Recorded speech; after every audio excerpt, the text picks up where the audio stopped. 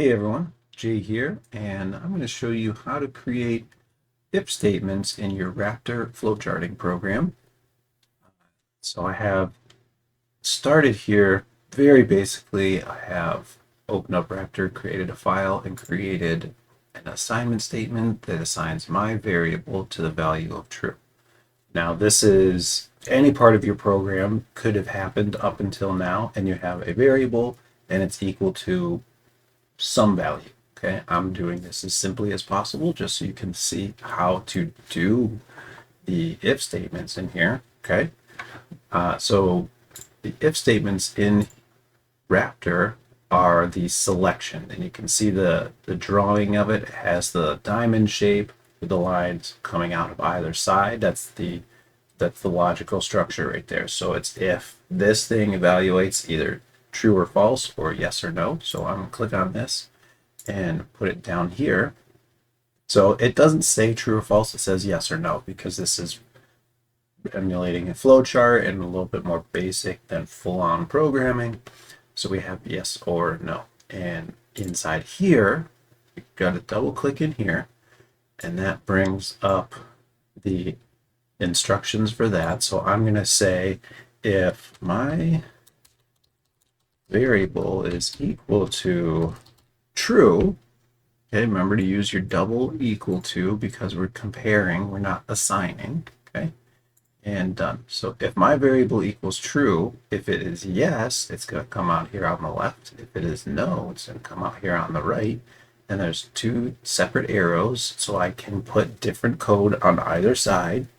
And then eventually, when all this code in my if statement finishes, it will come down to a single arrow and continue on in the program. So if you're making an if statement in your program, it starts like this. You have your if statement, your logical comparison operator, right? And then you have your true section, and your else is your false section, or yes and no in this case. Okay.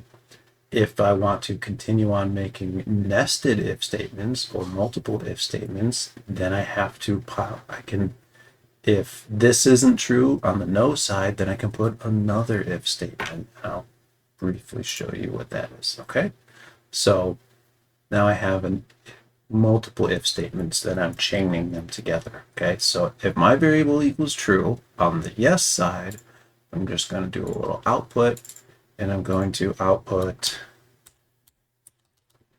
the word true in capitals. Okay. On the no side, now I'm going to say, is my variable equal to false? Okay. I'm continuing on my if statement. So is it true? No.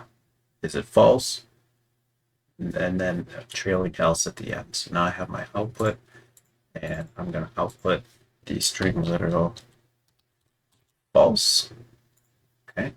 And on the no side, okay, so here's let's follow through here.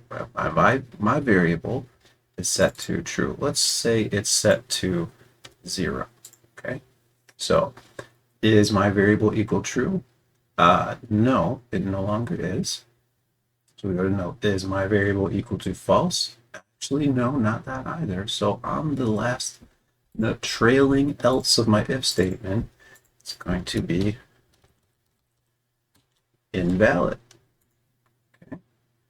And that's it. That's if true, if false, otherwise invalid. Okay. And if I run my program, I'm going to run it a little slowly here. Start. Set my variable. Is it true? No. Is it false?